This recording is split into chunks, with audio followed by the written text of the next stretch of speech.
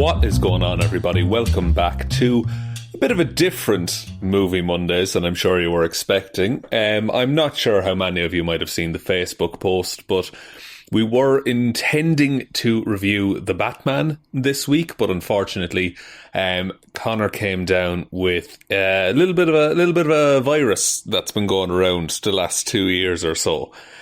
So the Batman review is pushed back, hopefully till next week. Which, I mean, maybe it's a good thing. It'll give everyone a bit of a chance to see it. But we didn't want to leave you high and dry on a Monday evening. So we recently on the Patreon, the PELP, the Patreon exclusive Lazarus Pit, where we bring back one old comic book or nerdy movie and talk about it. Recently, around about Christmas time, we actually talked about Batman Returns. So maybe you could, it's not the Batman film you deserve, but maybe it's the one you need right now. So hope you guys enjoy it. Hope it fills the void in between us talking about Batman films. And we should hopefully be back to our regularly scheduled programming as soon as possible. But thanks everybody for listening and enjoy the show.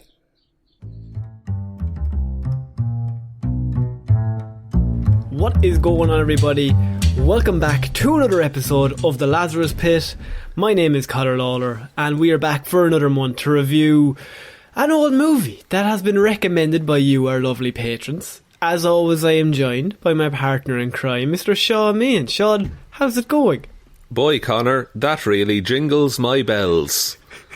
It's Christmas! It's Christmas. It's Christmas, lads. You might be listening to this on Christmas. Or Christmas Eve. I'm not quite sure when I'm putting it up yet.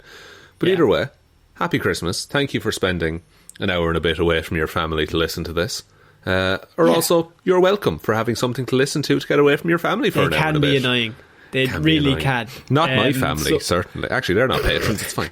Mine. But yeah, so what we decided to do was, because it's the holiday season, like we did last year, Shaun, we put up a special poll that involved just all of our favourite holiday classics. A North Pole, if you will. The North Pole, if you will. And last year we had to review Turbo Man because you're all awful people. It's called Jingle All the Way, not Turbo Man. Sorry, not Turbo Man. It's called Jingle All the Way. I forgot because my therapist said to forget it. But this year we put up the poll, and what got voted was, of course, I feel like we probably should have done the Batman Returns, which is both a Christmas movie and a superhero Batman movie. Is it I think this is barely a Batman movie. I'll get into it. It's very not a Batman movie, but it has been recommended. I do have to give a shout out to one of our patrons, Ed, who recommends this movie, I would say, every year, definitely, but every 6 months, I would say, on Luke, because he must love this film. And now, I want to come clean at the start, Ed. I wanted to like this film. I really wanted to find some redeeming qualities in this film. I wanted to like it, and I want to get that clear across straight away. Now, it's interesting because I think I've seen this movie in bits 50 times because it's always on TV. So you might tune in and I might watch 20 minutes here, 20 minutes there, or watch it from a certain point onwards. But then I felt like watching it this time, I had never sat down from the start and watched it the whole way through as a cohesive story. And upon doing that, I found out I solidified some views I had on the film. I agree, because this movie feels like a series of disjointed clips. And that's, I think, how it's best viewed. Oh, it's really good in 20-minute spurts. Oh, in 20 minutes, if you watch this on 1.75 times speed, unreal. But there's so much just nothing in this. So, this movie came out in June 1992, of course, following Tim Burton's first Batman movie that was so successful that the studio, basically the second time around, said, "You have free reign. Do whatever you want to do, Tim." Yes, Tim Burton, you can do whatever you want. And he And it's do evident. that, he does. Oh, absolutely. And so he comes out hot straight away, because what this is also the studio for some reason pushed for Penguin to be in this movie. Like, really pushed. They said you're free reign to do whatever you want, but we want Penguin to be the villain, which is strange to me, because in terms of Batman villains, like Joker, obviously you can see them pushing for him for number one. Yeah. But nobody's ever like, Jez, I'd love a good Penguin story now to come out of this. That's the thing. Was it just that Danny DeVito was like he'd get seats in chairs kind of a deal? Or... I suppose in 1992, I think that is probably true. Also, I want to come out straight away, even though we're probably going to say a few negative things about the film. I think Danny DeVito, Michelle Pfeiffer, Christopher Walken are just unreal in this movie. They're all excellent. Three very good actors are very good actors in this movie, I think the casting is actually excellent. Like, Michelle Pfeiffer as Catwoman, I think, is really great. And Danny DeVito as Penguin is, like, it's perfect in that kind of role. For what they were going for. Yeah, like, I don't like this version of Penguin, but Danny DeVito plays him very well. And I also think Danny DeVito would have been great in the other version that we probably would have liked more. And I don't know about you, but in my head, the Penguin is always like, the nuance of the character is always that, like, he's high upper class, but he's like a complete criminal behind the scenes. So he runs his own businesses on the side, and then he's like, I'm upper class, Batman. You can't touch me. I'm one of the best of us. Penguin is white collar crime, is his whole deal. Like, he will commit just fraud and embezzlement, and he'll also have lads robbing banks in the background and things like that. But he's never associated with any. He's never tied to it. He's not a sewer dwelling monster who just, like, in this movie, Penguin just wants people to like him for most of it. Yes, which is strange, because, and I don't mean this lightly, he might be the most unlikable character ever put to screen. He is viciously unpleasant to watch in this. Not the performance, but the character is what he says and what he does. The way he acts and carries himself and treats the people around him. And throughout the whole movie, everyone's like, yay! It's so amazing! And I'm just like, it's everyone not seeing what I'm seeing here. We all know that this man is he's just evil. Like, he's just cartoon evil. Yeah, look, that's kind of a general overview. It is 2 hours long, and it was made on a $65 to $80 million budget, which is actually quite a lot back then. It is. And it made $270 million. So once again, quite a lot for back then. So I'm saying back then like it was like ancient, but no, but like a superhero movie in 1992 is like good luck to you kind of thing. Yeah, exactly. Danny Elfman was on the music, by the way, on the score. And good the first score. thing I want to say is, I mean, I love the animated series. Yes. And here's the thing: this score is the same as the animated series. So you hear it, and immediately I'm just like, let's fucking go! It's Batman. Come on. A lot of trumpets going on in that intro music. It's great. No, that's a highlight. The cast, as we said, costumes I think across the board are pretty good. Honestly, I like that bat suit. I like the long ears. What do you think of Keaton? Maybe it's because, see, I know what he can do. Like, we've seen Vulture and we've seen Birdman and things like that. I mean, homecoming scene in the car is all you have to say. Absolutely. But this, he feels, you know the way Bruce Wayne is often thought of as like a rich boy who never had to work? Yeah. Michael Keaton's Bruce Wayne feels like that all the time, even when he's Batman. Yes, I couldn't put my finger on it, but yeah, the scene where we'll get to it now in a few minutes, but like it's him and Selena Kyle in the boardroom. Yes, and he's like stammering over words, and he's kind of going like that is proper Bruce Wayne, as in like he's a fool. He's an oaf. He's an That's Egypt. how he acts. Yeah. Like, the point is he's an Egypt, and then the action starts, and, like, there's just the cowl comes on, and he just completely changes to straight up, like, just, I'm going to take out these people one by one and be the smartest person in the room. Whereas, I think, the point is, I never get the sense when he's Batman, I'm like, it's the same idiot from earlier on. Exactly. And it is a hard thing to do. There's not a lot of, like, acting you can do under that particular cowl. But I just feel like there's no... I always feel like I'm watching just Michael Keaton, not Bruce Wayne and not Batman. Yeah, I'm not a fan. Now, obviously people who grew up in this, they love Michael Keaton, and there's people that love this film, and I feel like maybe we were just like a few years out from this film, not to date ourselves. Because like, these films are by no means perfect, but like Nolan's trilogy, like that was the Batman that I properly kind of grew up on. You know, in terms of that was the Batman in cinemas when I was a kid. Even to get more in depth, I mean, that does it well, where Bruce is an idiot and he's like in the bar with all the women, and he's just like walking, and then he's just a stone cold killer. But like, even Kevin Conroy, which is coming out this exact time as well in the animated series, he was the first character in terms of a voice character that he changed his voice. It was a few octaves higher when he's Bruce Wayne, and then he would turn it down. Like, he was more jolly as Bruce Wayne, and then he would turn it down once he put on the cowl. And become more serious as Batman. Yeah, okay, it's business time. Let's go. Like, see, that's good, and it's little things like that. But also, Batman isn't in this movie all that much. I think for 31 minutes he's in the movie. Of a 2-hour film.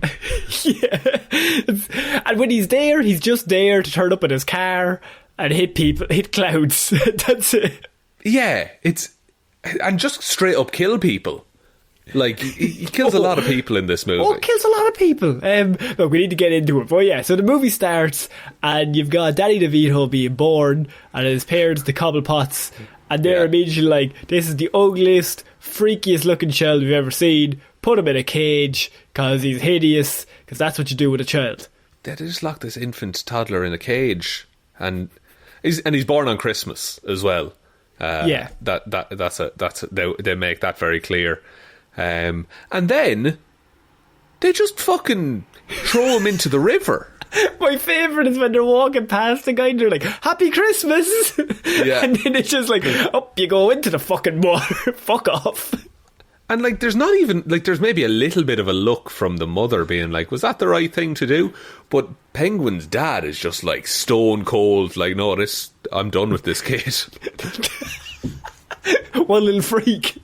And then the introduction happens for 2 minutes, goes on for a long time, and my worst part that got an out of me was, other than the intro song, so I got pumped because it's the animated intro song. Course. But then it said created by Bob Kane, and I was like, Bob, you came up with What If a Man Was a Bat? And then the rest was Mr. Billfinger. Is not Bill? William? Is William around? No. Willie Finger. Willie Finger? Is Willie Finger around? You could give Willie Finger maybe a bit of props. We don't want Willie Finger coming over. And then we cut to Christopher Walken, and can I just say, this might be the most Christopher Walken has ever done. I think if you're looking to like impersonate Christopher Walken, this is what you do. Like, I could not get over. It made me laugh multiple times. It was like, as you said, like, it was like he had heard someone do him, and then went, I can do that. I can ramp this up. But even his son in it talks the exact same. Talks the same. You have to respect that. Like, I'm just going to copy him. But then Christopher Walken, I wonder, did he, like, was there a conversation between the two being like, no, I should talk like you, and Christopher Walken's like, what? Do I sound like that? And then Christopher Walken amped it up. Yeah. You're saying it's the son's fault. That it has to be. Fault. Like, and he's very evil, and he's a businessman. And there's a whole thing about a nuclear plant and power, and they're in this big boardroom, and Michelle Pfeiffer's there, and she's... she is like the secretary / assistant. Yeah. And she's like going around, as with all Batman movies. Beautiful actress is looking very frazzled and wearing glasses and all of the rest of it. Has to be. And everyone's like, fuck you, Michelle Pfeiffer. I hope she dies. Oh, she gets pushed out a window. I hate you. And so she dares to ask a question. But can I just say, Shaun, she is a woman. So she is a woman. 1992. This is 1992. I feel even like maybe this is like 1992 wasn't that bad. Like, are we that naive? Maybe, but like because she speaks up in the meeting, and like slowly, like the 6 businessmen like turn and look at her like she had just mauled a child. Yeah, they look at her like somebody who they hate. Like Hitler has showed up and has given them advice on how to do their business. Like, in 1992, people must have known that was not a good reaction for people to have, right? Audiences weren't saying, like, I agree with the businessmen here. I think it's in the weird middle ground where it's definitely viewed as wrong, but it's also viewed as something you can do to get a villain over as a villain. Right, yes. I think now you could be a bit more subtle about it, like, and people would still get it. So, like, for example, same scene in 2021, but if you were to do it, he wouldn't be that outright sexist. He might do, like, you should smile more kind of version of sexism so, like, he's still being a dickhead.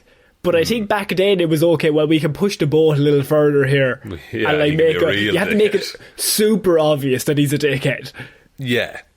And so the as all this is happening, there's like a Christmas festival going on, and Christopher Walken has to give a speech, and so he goes down and he forgets his speech, and you think that's a big thing because Michelle Pfeiffer, the fucking bitch, is out of forgetting his speech because it's her fault. You're paid to do a job, Michelle Pfeiffer. That's all I'm saying, you know. And he's even like in the speech, he's like, "Remind me to fire her later." No, I think he said, "Remind me to beat her later" or something like that. Like, remind me to fire what's her name or something like that. Like, yeah, like something really bad. And so then a big present shows up and everyone's like, "Is this you?" And he's like, "This isn't me. Who is it?" The big present full of skulls and clowns. It's just a really unpleasant scene. Like, maybe it's like the ADD brain talking, but like I don't have a fucking clue what's happening. Yeah, there's a lot happening and not a lot happening simultaneously. It's just colour and noise and like people, like reaction shots of Christopher Walken being like, "What?" Are you describing Tim Burton in 1992? Just colour and noise. It's just colour and noise. Cool. I even think this is, for Christopher Walken, this is rough. So yeah, Tim Burton is there and he's just colour noising this thing up, and all the machine guns are going off. There's all these villains. My favourite part is the police don't call Batman until like they drive in and just like a sled just like lightly taps their windshield. Right. I could have handled the machine guns, but how fucking dare you try to harm our car? Can I ask a question, you as a Batman fan? Yeah. Are there usually a series of mirrors connecting the bat signal to Batman's house? I would say it's a really bad idea, just due to the fact that, would that not tell people who Batman is? Would it not literally shine a light on his secret headquarters? Because if you're driving past, you think, Jesus, the Wayne Manor has a big Batman symbol on 3 mirrors outside it. Think That's that means very anything? weird. Unless they're just scattered all over the city and they just point them at random mirrors every night. Maybe. I don't really understand it. But yeah, Bruce... Because he would have had to tell, like, Commissioner Gordon, like, when you want to light this, point it over there and at that mirror. And that'll reflect. Don't look at a map. Don't look at a map where it is. Don't you dare follow that line, Gordon. So he shines the light. Batman get called in. I mean, it's a cool shot though. It comes in through the window. He stands up in the background. And it's like, yeah, it's an iconic shot. It doesn't make any sense logically. So yeah, but so Batman shows up and he immediately just. My big gripe with Batman in this film is that, I mean, look, I know it's the 90s, but the fight scenes are shit. If we're going to be honest with ourselves, like they're real bad choreography. Now I feel like we've been ruined with like John Wick, and you have even Suicide Squad earlier on this year. Like so many great hand-to-hand fight scenes. Even like Batman Begins, or well, actually that has bad cuts, but like The Dark Knight or whatever. Yeah. In this one, Batman gets out with a car, and I immediately think this guy's not going to win the fight. But the lads always seem to like just really slow motion, like they're underwater trying to punch him. And but I think that's why we're spoiled now, though, is because like you look back and you know like this dates the movie because it looks shit. But we don't have nostalgia. I'm sure here's the problem with this review, is that there's probably people, our lovely patrons listening to this, sorry Ed, who love this movie due to nostalgia. And I can respect that, because there's loads of movies that are shit that I love. Oh yeah. National Treasure, like I mean, we reviewed The Mighty Ducks a few months ago. For God's sake, guys! The Mighty Morphin Power Rangers movie. I'm all in, right? But I feel Turbo like, Man.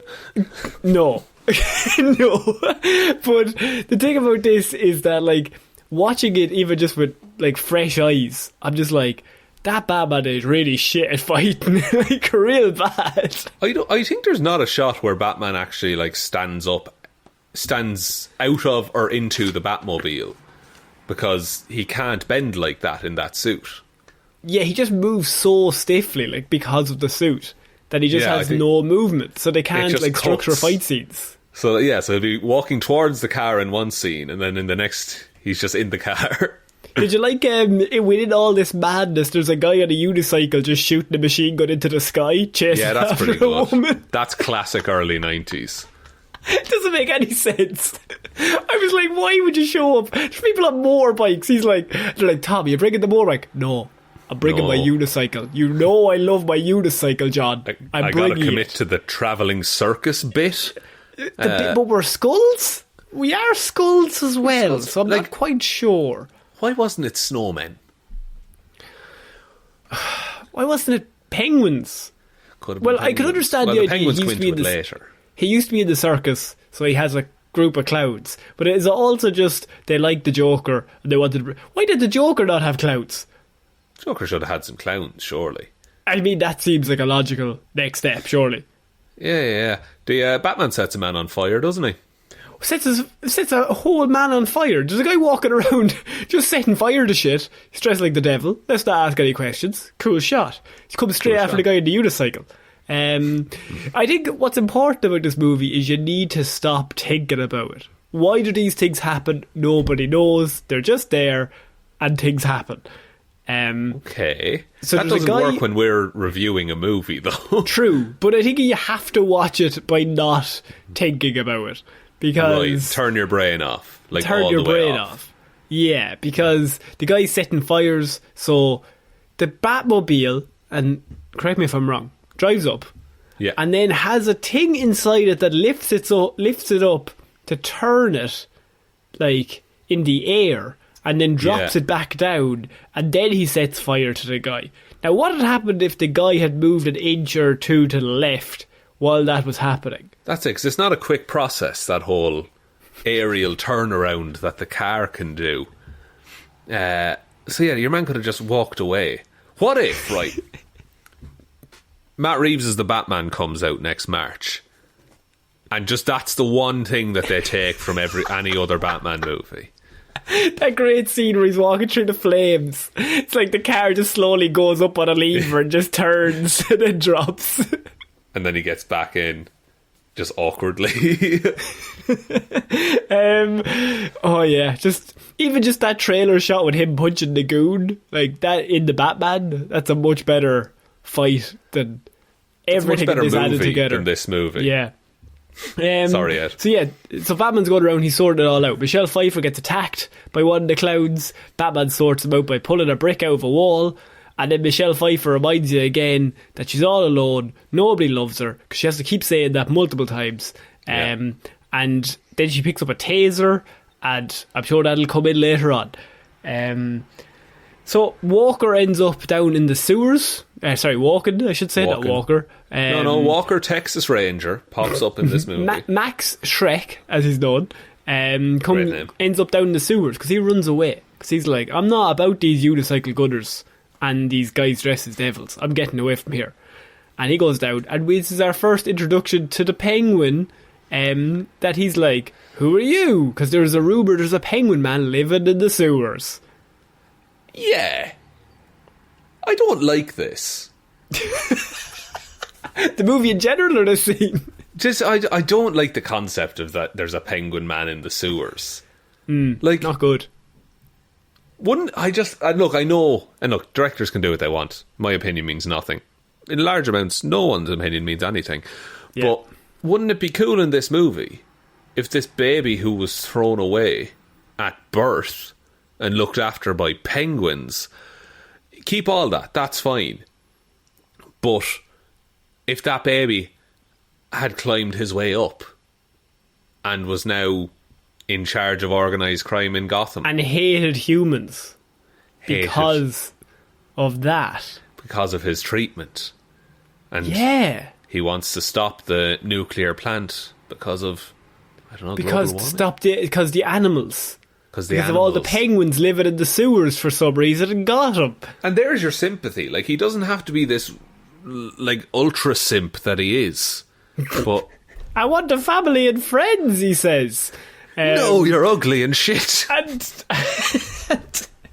they also say that to Michelle Pfeiffer. They do, but it's very weird. And so he's blackmailing Christopher Walken. Yeah, he got all the shredded documents and taped them back together from the sewers. But I mean, there's like thousands of shredded documents, so how did he know which ones were important? But he's like, Max, I know you're illegally going to take all the power. Why weren't they covered in shit, though? I mean, it's a sewer. Yeah, but it's for the plot, Sean. Don't think about it. So he has all the blackmail, and he's like, I know you're going to try and steal power from the grid because Gotham has too much power, and you're going to steal some of the electricity for some reason. That plot point, don't worry about it if you don't know. It'll come up for the next scene. Forgotten altogether. No Never point. Again. And never happens again. It's going to turn into a weird mayoral campaign at one point. Oh. And so he's like, but you and me, we work together, and I won't tell them all about your friend John. And then Christopher Walken's like, my friend John is on holidays, we get on very well. He's on extended and then he pulls leave. out a human hand that's dead and is like, this is John, say hello, I know you killed him. And then he's blackmailing him straight away. Kids movie, just pulls out a dead hand. What is this? This is like PG-13, I'm imagining. I actually don't know what it was. I'm assuming it has to be PG-13. Surely. But, like, that's... Yeah, I think severed limbs you're not allowed in a PG-13, surely. And he ends up, like, shaking Christopher Walken's hand with the dead man's hand. Like, so, the implication being that Christopher Walken had him killed and thrown into the sewers or the river or something. There's a bunch of stuff in this movie that just isn't kid-friendly. Like... No. But here's the thing, they also changed it because Batman Forever, the story is that they changed it because this one was too dark, okay? Right. And I actually don't agree with that. I don't think it's too dark. I think it's just really vulgar for no reason. It's just crude for most. Yeah, like, it's just a 13-year-old being rude for the sake of it. And it's like, I can deal with dark. Like, Batman Begins is dark. Yeah. But there's a lot less sex jokes in Batman Begins, or like weird sexist, or like just really weird lines going on there. That's just more a tone. It's more what's going on. It's a darker element. This is dark, but also everybody's unlikable. But it's not even, like, it's not dark per se. Like, it's not dealing with dark or heavy subjects. No. It's just... It's mostly at night, and Penguin looks a bit odd. Like, that's most of it. But they don't delve into, like, the psychology of it or anything. It's not... And he looks it's horrifying. not like the Joker. But in terms of... other than looks, I don't find him horrifying. I just find him really, like, disgusting. But unpleasant. Like, I'm just like, I don't like this guy, but not because I don't like looking at him. That's actually one of the least unpleasant things about him. I feel like Danny DeVito took a lot of, like for Frank in Always Sunny, he took a lot of inspiration from the Penguin, I think, because he's just unpleasant to be around. So then we get introduced to Michelle Pfeiffer. She comes into her apartment, and you're kind of thinking, well, Michelle Pfeiffer, she must have somebody at home. But the clever thing about this movie, Shaun, is this will tell you exactly where every character is before everything happens. That's not a lot of that's not something that every movie does, and I respect it. No. Because she walks in, she says, "Honey, I'm home," and then she says really loudly to herself, as is normal, we all do it. She says, "Oh wait, no, I'm not married. I forgot." And like, I understand that, because I always talk out loud, "Honey, I'm home," when the house is empty. When I know I'm coming back to an empty house, that's the first thing I plan on shouting. like if you turn up home and there's no cars outside, like, you know the house is empty, or like, I don't know, your loved one's doing a shift at work, you know it's definitely empty. There's nobody there. Walk in. "Honey, I'm home." A joke just for me. Oh wait, I live alone. Yeah, like there are other ways you could do that. That's objectively the quickest, I suppose. And God knows you don't want this movie to get boring at any point. She has to go back to the office. She leaves herself. Did people do that in the 90s? Did they call themselves to leave themselves reminders? She. I think the idea is that she's a bit forgetful, right? And so she moves ahead. She's shit. She's bad at everything. She'll never improve. Nobody respects her. She's a piece of trash. Why would they? And she's an ugly fucking bitch. And so she goes back into work. Look, I'm just telling you what the movie's told me, Shaun.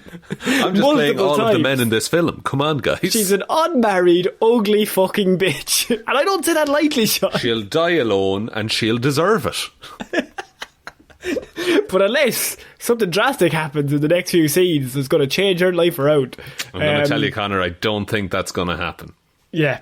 And so she goes back into the office, and Christopher Walken shows up.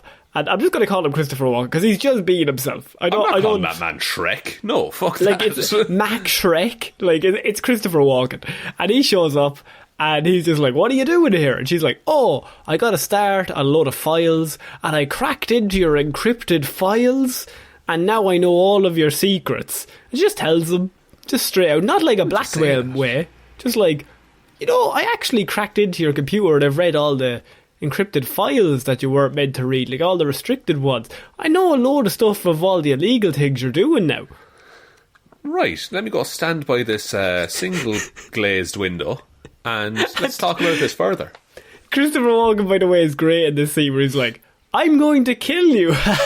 And there's like a moment where he's like, "I'm just joking with you." And then he pushes her out the window. He full on just murders that woman, yeah. Because who'll miss her, Conor? Who'll miss her? Nobody. She's dead forever. I cannot stress enough. Don't make me say it again, Shaun, of her qualities as a character in this movie. Unmarried, ugly fucking bitch. And that's that's in the script. She'll never be someone full of vengeance and weirdly horny all the time. That'll never happen. But also Penguin's weirdly horny all the time. It's the worst scene in the movie. It's the worst. We'll get to it. By God. So, just buy him. It's like, surely he has money. And he can just sort that out for himself. Yeah, but just... People that you can hire, Penguin. Like, just, you don't need to be really weird. Do you think? Do you think he's ever done it before? I don't know. Let's not. No, he definitely hasn't. He grew up with penguins. Sure? He's scared. He's nervous. He's big. He's big bluster. Little behind the scenes. He's waiting for marriage, I'd say. That's what he's doing. So she gets pushed out the window, Shaun, and you think, well, that's the end of her. I believe they hired Michelle Pfeiffer to pay her $3 million. Dead. Just dead. That's weird. Bold move, Tim. Bold strategy. And you're thinking, and I know what you're thinking, you're like, medically, cats can't heal people. And I've heard you say that before. Yeah. What if I told you nuclear cats? Nuclear cats? I mean... Never explained. It's never explained, never referenced. I'm just putting it on them that they're nuclear because it was referenced earlier on that there's water that's nuclear for some reason. Also, she dies and 50 cats just appear out of nowhere to eat her dead body, I'm assuming. Yeah, because she's bleeding. Like, she's bleeding by the end of it. And also, all of that woman's bones are broken. Her brain is turned to yogurt in her skull. I'm surprised her eyes are still attached. So, the fact that a bunch of, like, street cats rock up and just start nibbling on her, I don't think that brings someone back to life, Conor. I don't think I feel like this is the part of the movie where you either join in or you don't. But like, and Halle Berry's Catwoman had a better explanation than this did.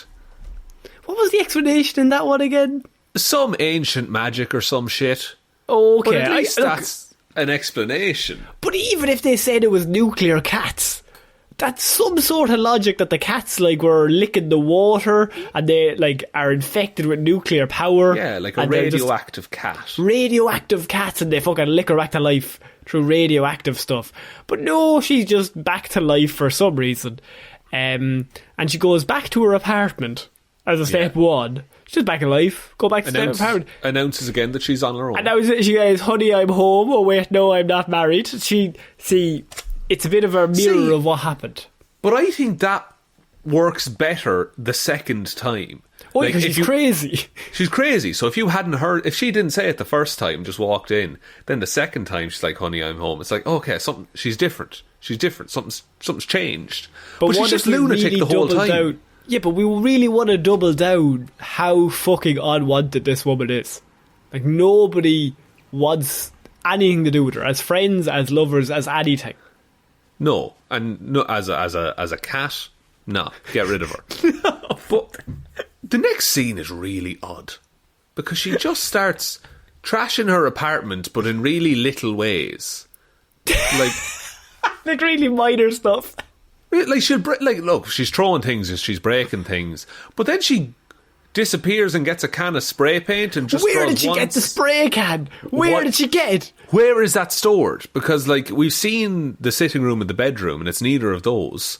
So and she's very clearly shown to be like very feeble, a bit of like she's a bit down in the dumps.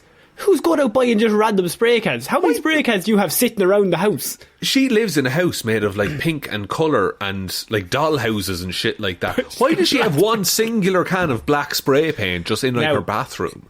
You think that's just random. That's actually a cut. She walks through the door.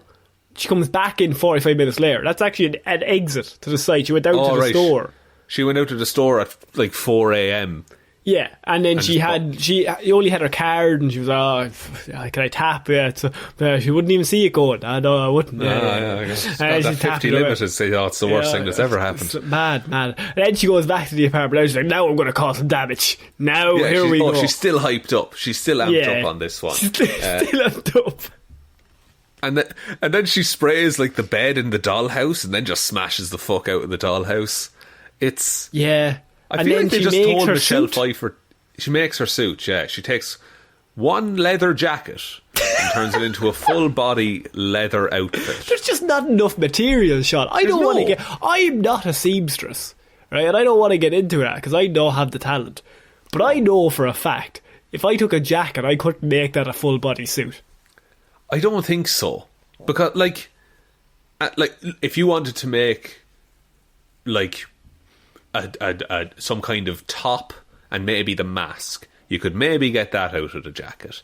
You're not getting pants and gloves and boots though. Where's she pulling all that stuff out?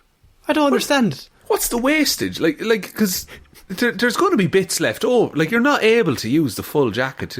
It's already a piece of clothes. What loaves and fishes fucking jacket is this? So she makes herself a full body suit that's all perfect, very similar to Tobey Maguire Spider-Man in that it just turns up perfect studio quality as somebody making it in their home. Yeah, like she's hand stitching this leather. That's fucking difficult, by the way. It is, but she's crazy really now. Hard. So she's maybe crazy. She's got that crazy talents. Strength. Yeah. She also just has talent, like just like ring knives that she has. She knows kung fu, of course. What do you think of the Catwoman design in this movie? I like it. I think it's. I mean, it's iconic. I think. Yeah, I think it's become iconic now. I think it's become like. I think like she's great in the role, and I think like the suit itself looks great. I think the problem is like we're shitting on all of the things surrounding it. It's like her as the character is great, and the suit is great, and I think stuff that she does is also very Catwoman-like in certain points. But other points is not at all. It's just stuff they start throwing it together just to try. This would be cool. Yeah. I think I agree with you there. Yeah, great. It's a really cool and interesting character, but not in this movie. No. So yeah, then we go back to the mayor's speech, and his child gets kidnapped by a flippy Charlie Chaplin. Yeah. Let's hope it's Charlie Chaplin. I mean, it has big role, and he was very spry, and so he flips down. He takes the mayor's child, and he goes into the sewers. And everyone's like, "Oh no!" But then suddenly, who pops out with the child? There's a big scuffle apparently down in the sewer, and Penguin pops out with the child. And everyone's like, "Oh my god, Penguin, you're a hero! The Penguin in the sewer's actually a great guy." Yeah, and he comes out and tells his story about being abandoned, how he just wants to find his parents because he looks different. I mean, and Bruce Wayne watches it live on TV. A lot of this movie is Bruce Wayne in front of a TV watching shit. Was Michael Keaton asking for too much money or something? Like, they paid him $11 million. That's enough money to fucking do some acting. Like, why is he doing nothing in this? Because Michael Keaton's really good at acting. Yeah, we've seen him act. Just give him give him stuff to do. Just give him anything other than, oh fuck, let me just watch this screen. Oh, also, man, that's terrible. Tying into my soft boy Bruce Wayne problem, here we go, is that he's just fucking sipping tea while 90-year-old Alfred is up on a ladder decorating the biggest Christmas tree I've ever seen. The world's biggest Christmas tree. It's bigger than the one in the city centre that's behind the mayor. And like, Bruce Wayne is just going to sit in his big empty old miserable mansion and not even look at that tree. That's not Batman behaviour. That's not heroic at all. Batman would be decorating that tree with Alfred. That is something they would do together. But no, he has to sit down, drink his tea and watch random TV. What about the mayor's speech? It's like a big roaring fire, and it's like, Bruce Wayne clearly didn't light that fire. And the TV right beside the fire, which is of course where you would place the TV in terms of geographically in the room to melt it. That's it, a 90s TV. Very sensitive to heat, it turns out. Very big things. I would say very big box yolks that they would probably melt. I mean, look, I think he just rolls it in every so often, just like, no, I want my TV now. Also, the next scene is it might be the stupidest. This scene has to surely have been cut. I mean, why is this in the movie? Bruce Wayne goes down to the basement. The back end, and he's just like, I'm going to do a bit of research into this Penguin guy. And Alfred's like, why are you doing this to yourself? He's like, I want to find out. So he finds out that there's a lot of kids gone missing in this circus. There's a penguin in the circus, and all that shit. Then he's like, I'm going to go take a closer look. He's being a detective, so he goes takes a closer look, and instead of choosing, I cannot stress this enough, a normal outfit and a normal car, he dresses up as the Batman, which, fair enough, and instead of swinging to spy on the Penguin, drives the motherfucking Batmobile with the flames popping out the back in a stealth mission to drive along the streets outside quietly to peek in through the window to see what the Penguin's up to. Now, if you were to do a stealth mission, what is the last vehicle you would bring as Batman? Probably the Batman. If you didn't, I mean, you don't want people to know you're Batman. That's a good point. And also, flames, they attract people's attention. Also, it's fucking massive. It's fucking huge. It is a tank, this Batmobile. Also, can you imagine, by the way, Christopher Nolan's Batman doing a stealth mission in the tank? In the fucking just slowly wheeling past the Joker. Oh, I don't see. Well, he could have had the camo version, you know. No one see him. Good in the city. The John Cena mobile. Also with the Batmobile in this, because we see it driving a few times, and it looks really slow. Oh, so stiff, so slow. Very similar to the Batman, I would say. I think so. I feel like if you drive that car too fast, it falls apart. And so that's at like maybe 30 miles an hour, and they just sped the footage up slightly. It looked like he was in first gear going past that window. And he's just in first gear going like 10. And he's just slowly going past the window. And the Penguin never looks up. But it's just to get it. It's not even good detective work. He literally just looks in through a window. He's like, he's in there. What's he doing? I don't know. Can't stop. I'm on a one-way street. Just going to keep going. Like, he could stand on a rooftop and, like, just... He has listening devices built into his helmet. Listening devices. Binoculars. Anything. Read his lips. Stand in the opposite building and just look in. Glass to the wall. Just fucking...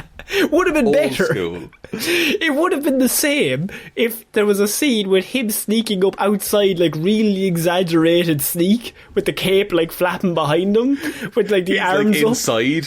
He's hiding behind sofas and stuff. And he still has the glass. He's putting it up to try and listen. What's he doing? Such a stupid scene. And the Penguin has like cucumbers. He's getting like a full face mask. His cucumbers on his eyes. At one point, Batman has to massage him. It's a whole bit. And so that scene is pointless, completely just there to take up time. Then we come back, Penguin's in the graveyard, and he's just like, I found my parents, the Cobblepots. I'm Oswald Cobblepot. And everyone, all the journalists are like, so sad. He's the most amazing person I've ever seen in my fucking life. My God, he is an inspiration. Jesus himself has come back to life. Here he is now in the form of this Penguin man. Do you think he resents being called the Penguin at this point, or do you think he's embraced it? No, because later on in the movie he wants to be known as Penguin when the facade is over. So I think he wants to be called Penguin. I guess when he's running for mayor, he wants to be called Oswald Cobblepot. But then that falls to shit, and then he wants Penguin again, I think. Yeah, I think that's the time frame. And so then we have a guy starts attacking a random woman in the street, and you're thinking, oh man, this is real bad. Batman will come up. Turns out Catwoman is here, Shaun. This is our first appearance of this woman. Don't know where she got the extra letter, but she did. And she flips in. That we never saw before. Flips in, and straight away differentiates herself from Batman. She absolutely slices the shit out of this guy's face, horizontally and vertically, just basically scarring him for life. Yeah, and... I mean, that's a very Catwoman-y thing to do. But then she gives out to the woman for getting mugged. This is not Catwoman whatsoever. No, Conor. This is perfectly comic book accurate Catwoman. No, it just isn't. I mean, Penguin has been taking all of his nuance away. Penguin's much cooler when he's a white-collar criminal, as we've discussed. Catwoman is so layered as a character. Why? She's kind of just broken down to just be this crazy person. And so for some reason, I just can't even put it into words. Just like... I mean, could this movie not have been better if Catwoman already existed? Or Penguin already existed? And Penguin's running for mayor already. Yeah. And then Catwoman comes in later on. And we join the movie when Batman runs into Catwoman. She's like, I want to stop him too, because he's bad. And the two of them work together to stop him. They have different ways of working? Different ways of working in terms of, Catwoman, Batman dynamic forever. The one that's Batman Forever, you say? No, that's a different movie. It's boiling acid. It's a better movie. Oh, very good. Hot take. So then we have Bruce Wayne meeting Max Schreck, or Christopher Walken, as he's also done. And this is the scene where Bruce is extra Bruce. He's just being a bit of an oaf. He's a bit of an idiot. Just in this whole scene, and he sees Selina Kyle, and he's immediately like, I'm in love with that woman. That's the most amazing woman I've ever seen in my life.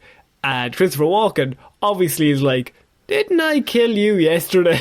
I felt through the whole scene he was on the verge of saying that. It's like, but I killed you. I definitely pushed you out a window. Bruce, you're a rich guy. You know about evading the law. I killed her. Look at her. She's not allowed to come back to life, is she? That's against the law for rich guys. If I kill her... was it the radioactive cats? And then it's okay, there's the explanation. Cool. Just even this in the one scene. The radioactive cats. That's the fourth person they've brought back to life this week. Gotta get those cats fixed. Gotta get them put down. Yeah, and this is good acting between good actors in this scene. But I don't care about any of this side of the story. Also, Michelle Pfeiffer and Michael Keaton have no chemistry whatsoever. Nah, not really. And I think they're both probably lovely people. They're both great, but there's a scene later on at a dance, and it's painful to watch. And I don't even understand it because, as I said, they are both very good at their jobs, but I just feel I never believe that Bruce Wayne is my God. Oh my God, that's the woman for me. This feels like a Catwoman movie. Bruce Wayne feels incidental to this whole story. Yeah, he's just in it. He's just in it slightly. He just happens to pop up in it, but he's... My favourite, by the way, just my favourite line of this whole scene, before I forget, is Christopher Walken, after she leaves and Bruce Wayne leaves and he's talking to his son. He's like, okay, well, let's just fucking forget her and we'll forget the plan. I don't even care that she's still alive. Weirdly, he's just like, yeah, I'm over it. I'm already over it. I've already had 30 seconds to think about it. I'm over it. That woman's still back alive somehow. And then he goes, but if she keeps trying to interfere, I'll just drop her for a higher window. A higher window. A higher window. And I was like, you gotta respect it. Something about Christopher Walken in this. He can say anything, and I'm just like, yeah, that's what that character would do. Because he's just Christopher Walken being evil. Because he's just a villain. He's just playing a villain, just a cartoon Walken villain. Has the Alan Rickman vibe. You're just like, that's the bad guy. Or Joaquin Phoenix for years. Yeah. It's just that's the villain. That's the villain, yeah. That's who we're against. And so after this then, the next scene, he goes to meet up with Penguin. He's got better fish to fry, he says. Yeah, which is good. It's a good outline. It's a great line, and it also references fish. He surprises the Penguin with a live fish, and lowers him downstairs. And downstairs in Penguins, it's never explained how. Upstairs, piece of shit, absolute just shithole. It's like an attic. Yeah. Downstairs, full-on boardroom, desks everywhere for a mayoral candidate. Is just downstairs, and he never heard them all come in or something. And that's just the rafters of City Hall that Penguin is living in. And the introduction is, I'm going to make you mayor, Penguin. Isn't this great? And everybody's acting like he's the coolest man in the world, but he's just awful. He's just awful.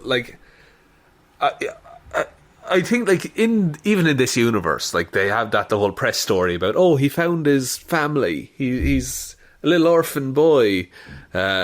Even in that would only get this man so far, that sympathy. There is no way in hell that these people would ratify him as mayor. Two things? Can I just say two things that he does in this movie? First of all, he's hideous to all those people, and they're all just cheering and smiling. He's eating a raw fish. Not great, but look, we'll accept it. We're accepting of all different people in the show. Even that's okay. Bites that guy's nose. Does indeed. Immediately. That's game over for the show. That's the end of any campaign. That's the end of any campaign. He bit that guy's nose in front of a load of cameras. That's a bit weird. Then, when the other woman takes him across, he very loudly shouts across the room, I'd like to fill her void and give her the old penguin flipper trick. And at that point, everyone in the room is still like, woo! That's our mayor right there. That's our guy. And I don't know how. Well, they hadn't invented cancelling people in the early 90s. So have they invented opinions? Could anyone be like, wait a minute? Have they invented fucking morals? Can anyone just be like, hey, wait, you can't really physically assault someone and then sexually assault someone for... I don't... Yeah, I feel like that's... I mean, yeah, no, it's awful. He's...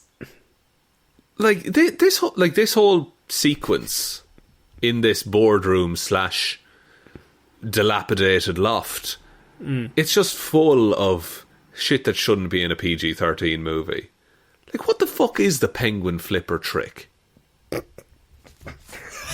Describe it to me, Conor. I don't know. And you know what? I don't want to know. Nobody wants to know. It? No, it's not a thing. It was literally made up for this movie. Penguin flipper trick. Oh no. No, we're not looking at that. Is it actually a thing? It's a thing. The first result is Urban Dictionary. And yeah. Oh, it's an Urban Dictionary, okay. Yeah. Someone probably gave it a meaning after this movie. By the way, listeners will never understand the horror that was in your eyes when you seen it. It was like you'd seen a ghost. You went, nope. I did. I saw something. So I'm never recovering. So look, he's just casually sexist and then viciously assaults someone.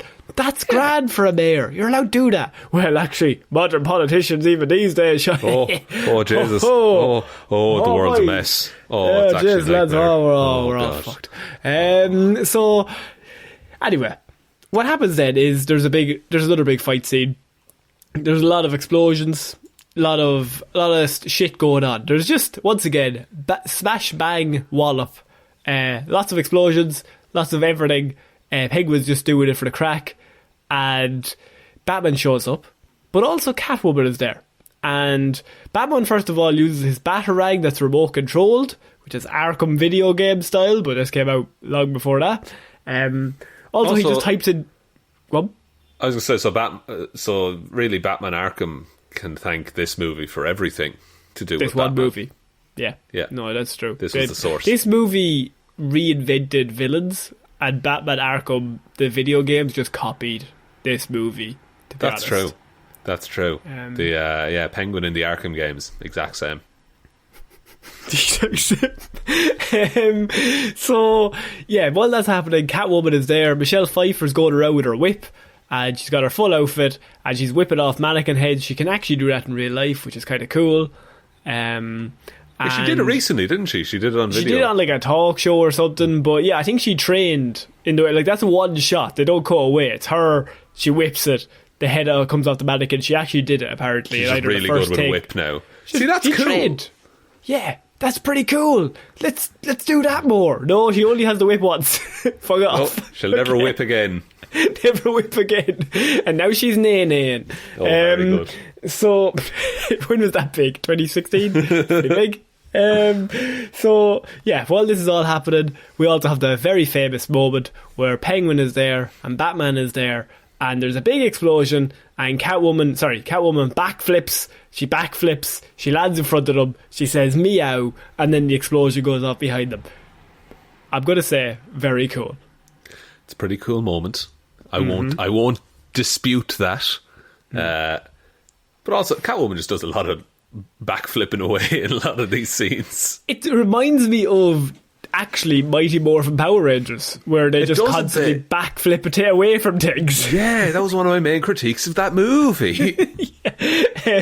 Also in this scene, Batman connects a TNT to a really muscly guy, and Michael Keaton gives the ugliest smile I've ever seen anyone give anything. I know that man can smile normally, so I don't know why this choice was chosen. And he puts a time bomb in a man's belt, doesn't he? Yeah. And that's his time bomb in a man's belt smile. And he pushes him into a hole and blows him up, which very Batman-like. Just walks away then. Just walks away without looking at the explosion because he's cool. He's a cool guy, and he doesn't look at explosions. And so, yeah, the explosion goes on, and then this leads to a big fight scene between Catwoman and Batman, which I really must admit is one of the worst scenes in the whole movie. It's just horrendous. Does not make any sense. Who cut this together? It's fucking shit. It's... I'm trying to think, is there, like, it's cool that it happens at night. That's like, but that's not the sun was away when this happened. Yeah, I suppose so. It's less visible, is what I'm saying there. There's moments where Batman's climbing a ladder, and Catwoman kicks him, and then he lands on a rooftop, and I'm like, okay, well, where did that rooftop come from? And then it's like, okay, then they fight in one of the worst fights ever. She's like literally kicking his shin, and he's like, ow, and then it's just really bad. And then she's like, you can't hit a woman, and he stops for a second because he's like, oh man, I can't hit a woman. Then she proceeds to kick him off the roof, and then he holds onto her whip. Holds onto her whip. He's not. And you think he's in peril danger. This man's going to die. Okay, he's hanging over the city. I mean, this is the old Batman trick, and not a lot of comic book writers or readers or me. I've read a few comics. I've seen a few animated series in my time. Not a lot of people know about the magic blue liquid that Batman carries around. This is canon. I was wondering. Now, I wanted to really settle down. It's a very particular blue liquid. I cannot tell you what's in it, but it's a special assault weapon he only pulls out for the really big fights. Wow. And this is always on him? It's just always on him, and it just comes in a very small cartridge, like just in a small tube. And what the size of your standard Walkman, I would say. And you would just pick it up, and you just fuck it at the bad guy's shoulder, and it just lightly grazes them and explodes. And they go, ah! And now there's nothing in the liquid, it's just water, but you add a bit of food colouring or dye just to make it a little more blue. And they go, ah, fuck. And they drop you to your obvious death.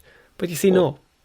There's a cliff, there's a ledge, an inch below his feet, ultimately leading us to believe there was no danger whatsoever. It's very cool how they structured this. So in many ways he could have just let go and had the same effect without having to waste the precious blue liquid. I think you could have kept that blue liquid for the big fight scene at the end. You really kind of missed a beat, because you can only make it once a year for some reason. That's why he was forced to blow that man up, because he didn't want to waste the blue liquid. It's TNT or blue liquid against the shoulder, and they're your two options that are finally. And I'm all out of blue liquid. I'm all out of blue liquid, give me the TNT. And then to make it even worse is he gets up and she falls off, and somehow he catches her, and then he drags her up. Because she got hit by the blue liquid and it grazed her, and she went like 10 feet backwards, stumbled off the roof, and then he's back up and catches her. He catches her, but he's higher than her, even though at the start of this... So when she gets hit with the liquid, she has the higher ground shot, if we're going to break it down into Star Wars terms. Thank you. But a second later, having been hit by the blue liquid, she flies 10 feet backwards, because obviously it's the be-all and end-all of weapons. It's the BL, the blue liquid. It's the blue liquid. It's the fucking killer machine. They were going to drop this or nukes. They didn't decide which, then decided one. Okay, but blue liquid is where it's at. She gets hit by this. She falls off the roof backwards, away from Batman. Then he catches her right underneath him a second later. He's Batman. So he has the high ground, even though she had the high ground when she fell. I think he always has the high ground. Okay, just morally. Yeah, he's the high road. Yeah. 'Cause he spends all his time sipping tea and watching the news, Conor. Does this scene make any sense? No, it's and then there's this weird flirting that they do, and I don't care for that at all. About the mistletoe? Yeah, and like how it'll kill you if you eat it. It's like, who the fuck eats mistletoe? Doesn't make any sense. It's for harassing your office colleagues at Christmas. Sorry, what? What? Oh. Sorry, what? You mean your loved ones? In the 90s. Oh, sorry, sex harassment fine in the 90s. Ask Max Shrek.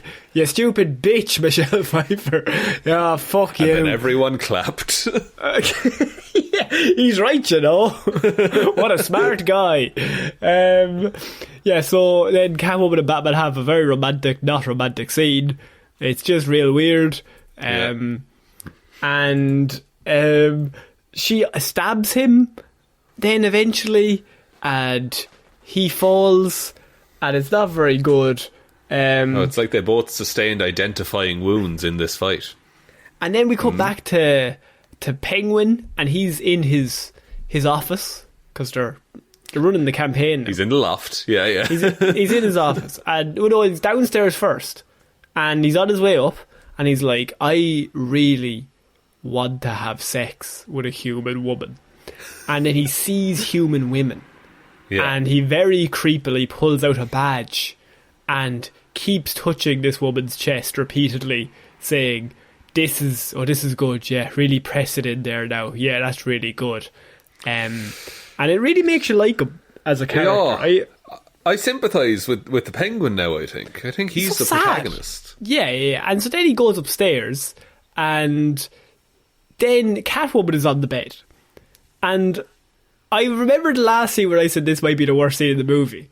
I think this might be the worst scene in the movie. This is like sickening. This scene. Sickening. And not in a good way. What's sickening in a good way? I don't know, like fucking marshmallow on toast, you know? Oh, like sickeningly sweet. Yeah. But this is horrendous. He walks in, he says, just the pussy I was looking for. Classic, she's a cat. That's the thing. A good one. She's on the bed with a cat, and then there's a moment where they're like, we should work together because we both hate Batman. And she's like, I'll have sex with you if you kill Batman. And he's like, aces, yeah. And he's like, already after coming from like sexually assaulting those women downstairs, he's like, I'll do anything. I literally just want to touch a woman. I just cannot even think. He pulls out some lube at one point.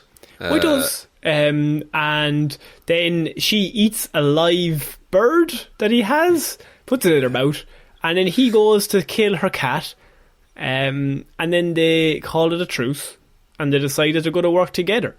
And in the corner, I love this plot point, they're just like, we've got the blueprint of the Batmobile. Anyway, I want to have sex with you. Just so you know, they have the blueprint for the Batmobile. Yeah, because their plan is to take the Batmobile and strip it for parts and turn it into a hydrogen bomb. But it's not, though. But they say turn it into a H-bomb. They do. No, you're right. But what happens with the car? It just drives around causing havoc. Yeah, to frame Batman as the villain. Yeah. So, are they going to blow Batman up? Or are they framing Batman to be the villain, is my question. I don't think they thought that far ahead. They're just... I feel like a lot of these scenes were done at very different points of production. They just stitched them together. They like some kind of leather jacket into a suit of infinite material. Oh, man. Because I heard the hydrogen bomb thing, and I was like, I don't remember this. Yeah, I was like, when does the car explode? Like, it never explodes. Like, if any Batmobile is going to be a bomb, it's definitely Clooney's one, right? Oh, 100%. That's built like a bomb. It's got a reactor, like, in it. So that's the plan. They're doing a H-bomb so far. Now, that might change in the next scene shot. But in between, we've got Bruce and Selina. Bruce is mad about this woman because, one, he is smitten. Mentally unstable. Clearly insane. Two, clearly just no chemistry whatsoever, sexual or friendship, anything. They've got it all going on right now. Even they're really hitting it off. Professional, friendship, sexual, every single type of chemistry. They've got none of it, and he's into that. And I think it's really because he's Batman and she's the only female lead, and they're like, yes, this put them together. Let's put them together. So they go back to Wayne Manor. He's like, yeah, we are going to spend the night together. So see this romantic. Tree? I helped with this tree. Yes, like taking credit. He's like, see that soup? I made that earlier on. So I did. See that butter? That's me. I put the TV in the fire this time. It's so close. So they start kissing, and there's a moment where like, oh, it's so romantic, and then they're like, oh, we gotta go, because on TV it's like Batman, because the lady got kidnapped, the Ice Princess. Yeah, they hammer out really hard that she's dumb for some reason. They hammer out really dumb once, because she's in her tent and she's an Ice Princess, and Penguin shows up with the Batarang, and he just picks it up and fucks it at her as hard as he can. And he actually doesn't say... I don't think he says anything sexist in this scene, which is strange, because this would be the one time you'd expect him to say. Well, he walks into her dressing room. Monogamous with Catwoman now, surely. He thinks they're going straight and steady. They're going steady, yeah. And so she ate my bird. I'm all in. He kidnaps her, but he plants the Batarang to make it look like Batman did it, even though he's just going to blow Batman up in a few scenes anyway, so what's the point? Because their plan is to make Batman hated and then kill him. I'm not quite sure. I think to be fair, Catwoman does say no, he'll have more power as a martyr or something like that. She does. You're right, because he mentions the H-bomb. Well done, Shaun. I wasn't listening. I was disgusted by the scene. The plot's coming together. Guys, we've nailed this. Somebody get some lube. That'll make the scene better. It all hinges on the really unpleasant sexual scene between Catwoman and the Penguin that you really have to pay attention to, because in between the disgusting bits, there's fucking plot. There is plot. It's the third act being set up right before your eyes. So the lady gets kidnapped, and what happens then is Batman gets framed, and it's on the TV, so immediately Selina and Bruce are like, oh, we gotta go, both of us. It's actually a nice scene where she's like, lie to him, and he's like, lie to her, kind of thing. Yeah, and it's like to Alfred. The thing about this as well, like, there's a scene where just while they're kissing and shifting on the couch and things like that, she grabs Bruce on the side, and he like winces and looks at his wound.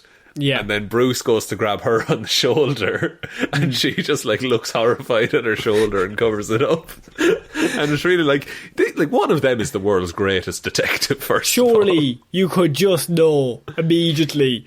And so they both go off. They're like, we're going to solve this. And so she goes into town as Catwoman. He turns up as Batman, but he leaves the Batmobile there. And suddenly, Penguin's crew... It's not a stealth mission, Conor. I don't need the car. I'm doing a non-stealth mission. I'm going to leave the engine running. Alfred, I want to be loud and in charge. Why don't you take the car, sir? That's for the stealth missions, Alfred. You don't understand. You shut up and put up that second tree. Fuck me, Alfred. You're so old. Give me a suit that's warm. And so he shows up, and everyone's like, Batman did it. And Batman looks across, and the lady is there who's been kidnapped. I think they call her the Ice Princess or Christmas Princess or something. Yeah. And so he zip lines across, and he's like, I've saved you.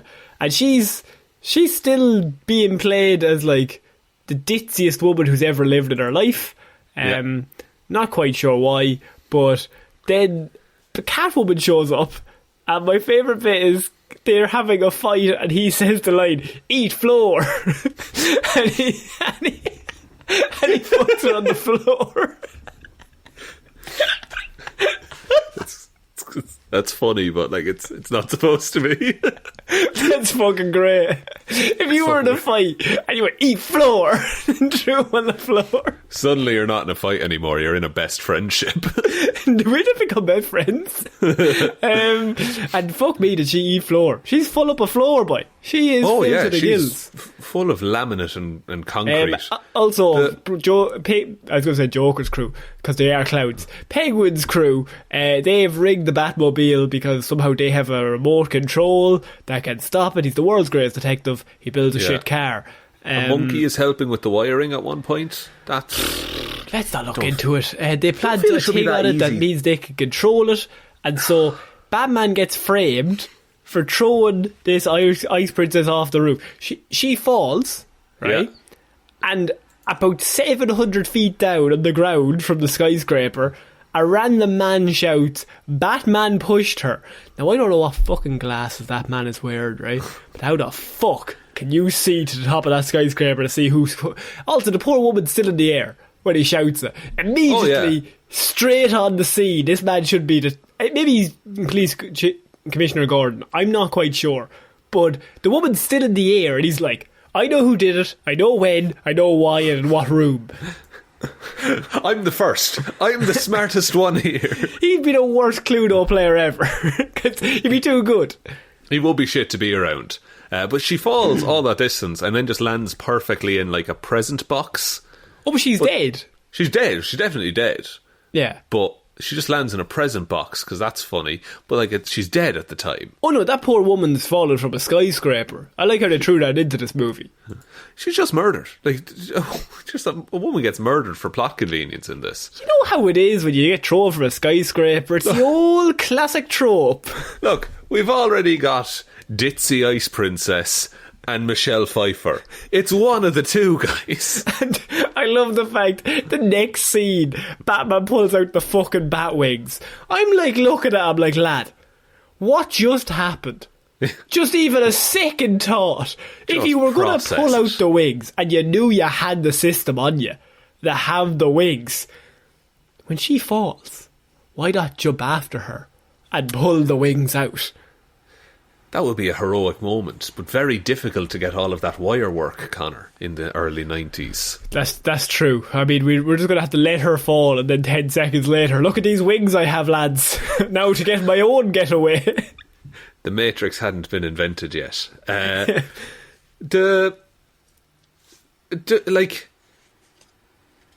Batman just flees from the scene of the crime. Runs away like a little bitch. Runs away like a villain. Like a villain. And he runs away and he gets back to his car. And Penguin runs away from the rooftop and somehow gets to a van that he can control the Batmobile in. It's a lovely, silly, comic booky thing. Makes no sense. I'm willing to... You know what? I'm willing to accept this as comic book You'll dumb. let this one slide. Because it's so dumb, it's comic book dumb. And I'm okay with that. This is the one moment where I was like, okay, right, look. It's dumb, but I'm like, I'm in on it because of the world that it's in. He's built his own little fucking miniature Batmobile, and he's going to frame Batman for some weird reason. It doesn't make any sense. Let's not even get into it. Right, yeah. But it's entertaining enough, I would say. Yeah, because he says, I don't even have my license, or something like that. Yeah, like it's a decent scene. I would like, but this is one of the main action set pieces in the movie. Oh, I don't think it should be a main action set piece. I think mainly a minor set piece, but they really put it all on this. Yeah, and it's kind of, look, if we're looking for positives, it's cool to see Batman kind of problem solving or like trying to get the situation under control. By problem solved, you mean he punches a fist through the floor and then grabs it and then fucks it out the window? Yeah. Yeah. Well, look, problem solved. Well, like, he, up until that, he's like, it's nice to see Batman on the back foot sometimes. He's always on there's never one part of this movie where the man is not on the back foot. He's too busy smoking cigars and sipping cognac or whatever. But he also records Penguin talking shit with a little CD-ROM, which I like. Which back in 92, that would have been the coolest shit in the world. Like, that would have been 700 the most megabytes advanced. of crystal clear audio. Yeah. How many podcasts you can fit on that? And so, here's the thing. What happens then is he gets rid of the bomb. And Batman's like, okay, right, I've gotten rid of... I mean, they do think I'm a murderer, but let's not worry about it. I did kill 2 men at least earlier. I have killed 2. I'll kill again. I know that. But I'm not responsible for those killings that they think I did. Technically, I caused Jack Nicholson's death in the last movie. I did. And so what he does then is very clever. He's like, right, let's Penguin do his little speech as a mayor candidate.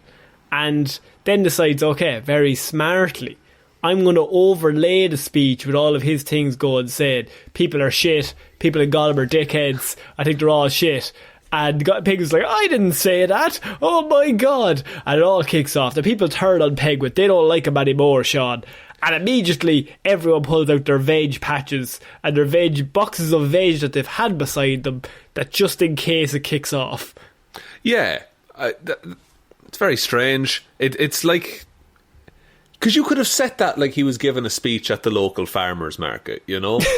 Yeah. And like, there's your reason. Like, and then you get like a pumpkin thrown at the man, and that's hilarious. I also think that like, people in the 90s would definitely just believe a recording. It's just that's his voice. He definitely said that. I don't think deepfakes existed. No, I don't even know if you can deepfake a voice, but if you can, I'm never doing a podcast again, Conor. You can't. And you still are, even if you die.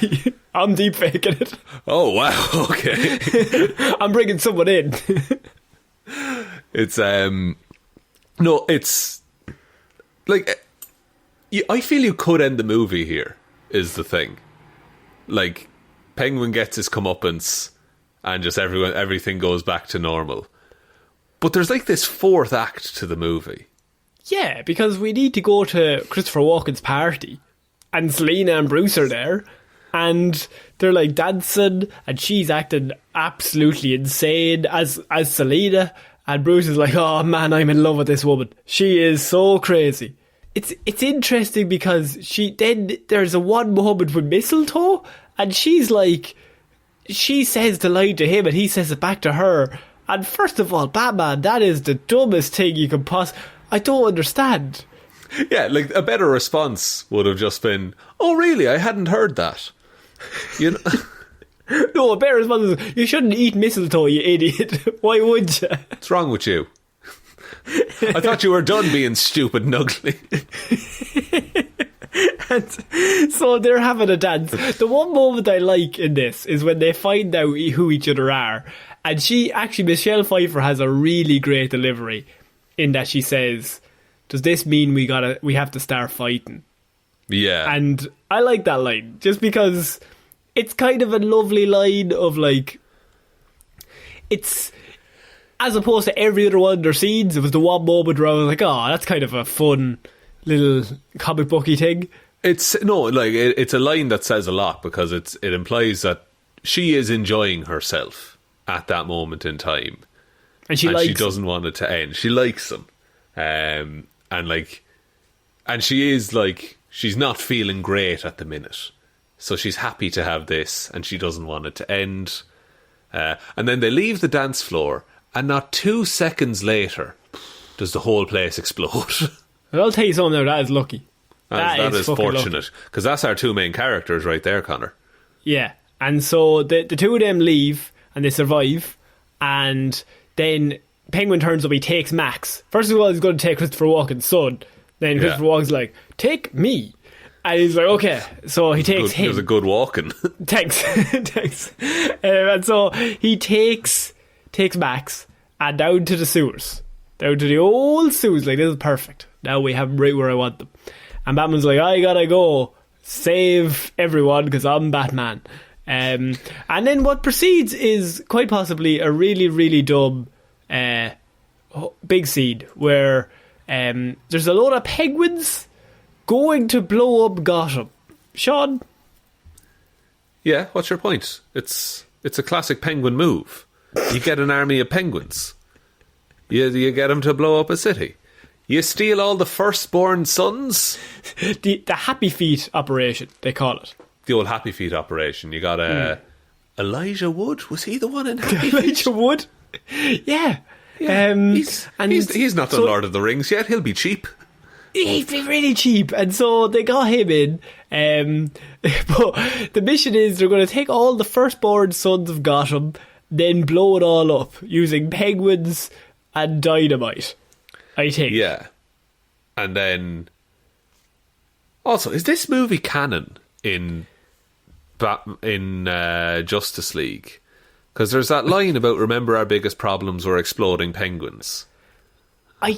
No, I don't think so. I think that's What just if it like a is, gag. What if it is? What if this is the one that this stuck around? Keaton is older than Affleck, surely, in this movie. He's in The Flash, maybe. Probably. Oh yeah, that's actually true.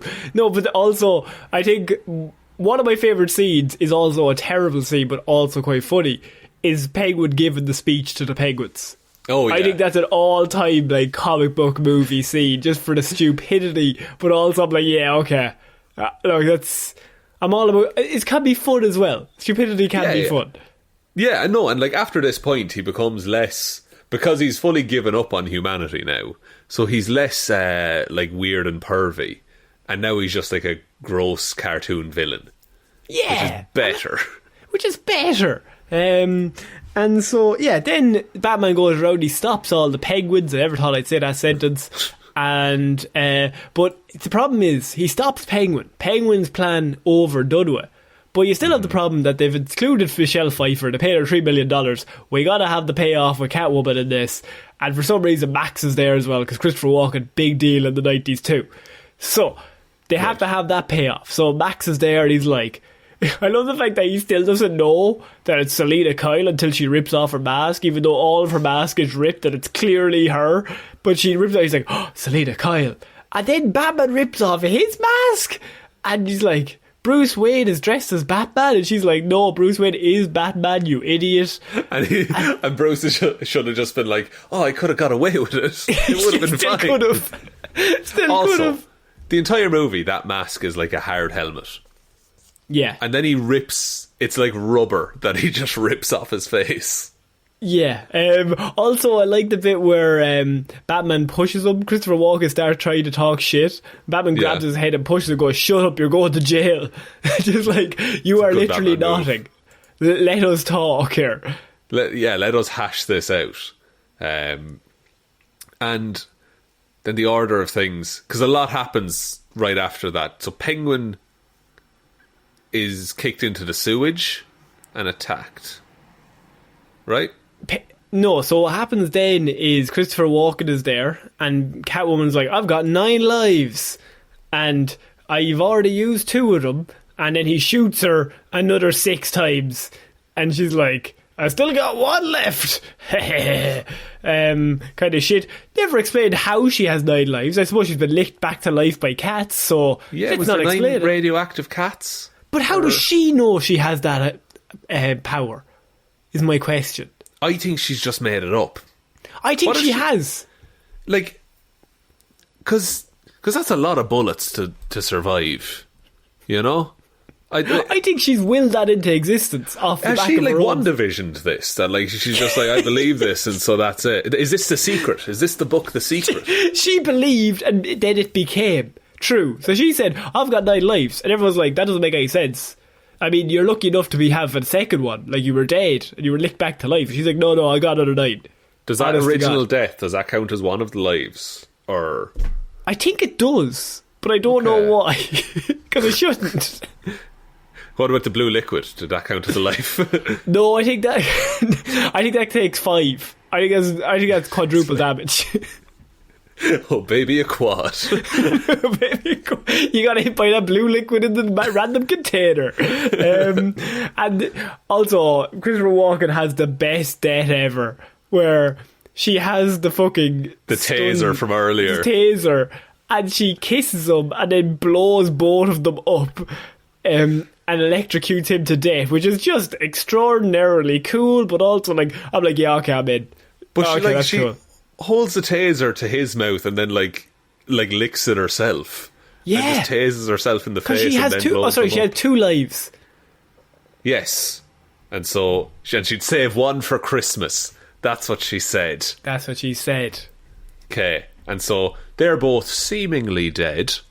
Well, he's definitely dead because he is a dead man. There's the zoom in and it's just his carcass. He's definitely dead. I thought it should have been just a severed hand. I thought that would have been quite cool.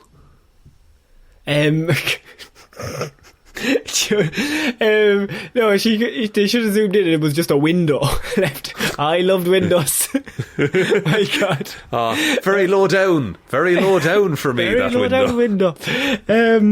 And so then Penguin comes up, you're thinking, geez, this movie will never end.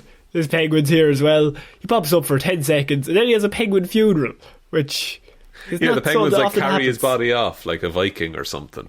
It's very strange. I know Danny DeVito is wearing like a fat suit in this. I don't think the penguins could support that weight. No, I don't think they're that strong. I've seen Happy Feet once again. Not to go back to it, but they're just not that strong. They're all legs, like there's no shoulders. All legs. You see those arms? Nothing. Nobody's doing arm day.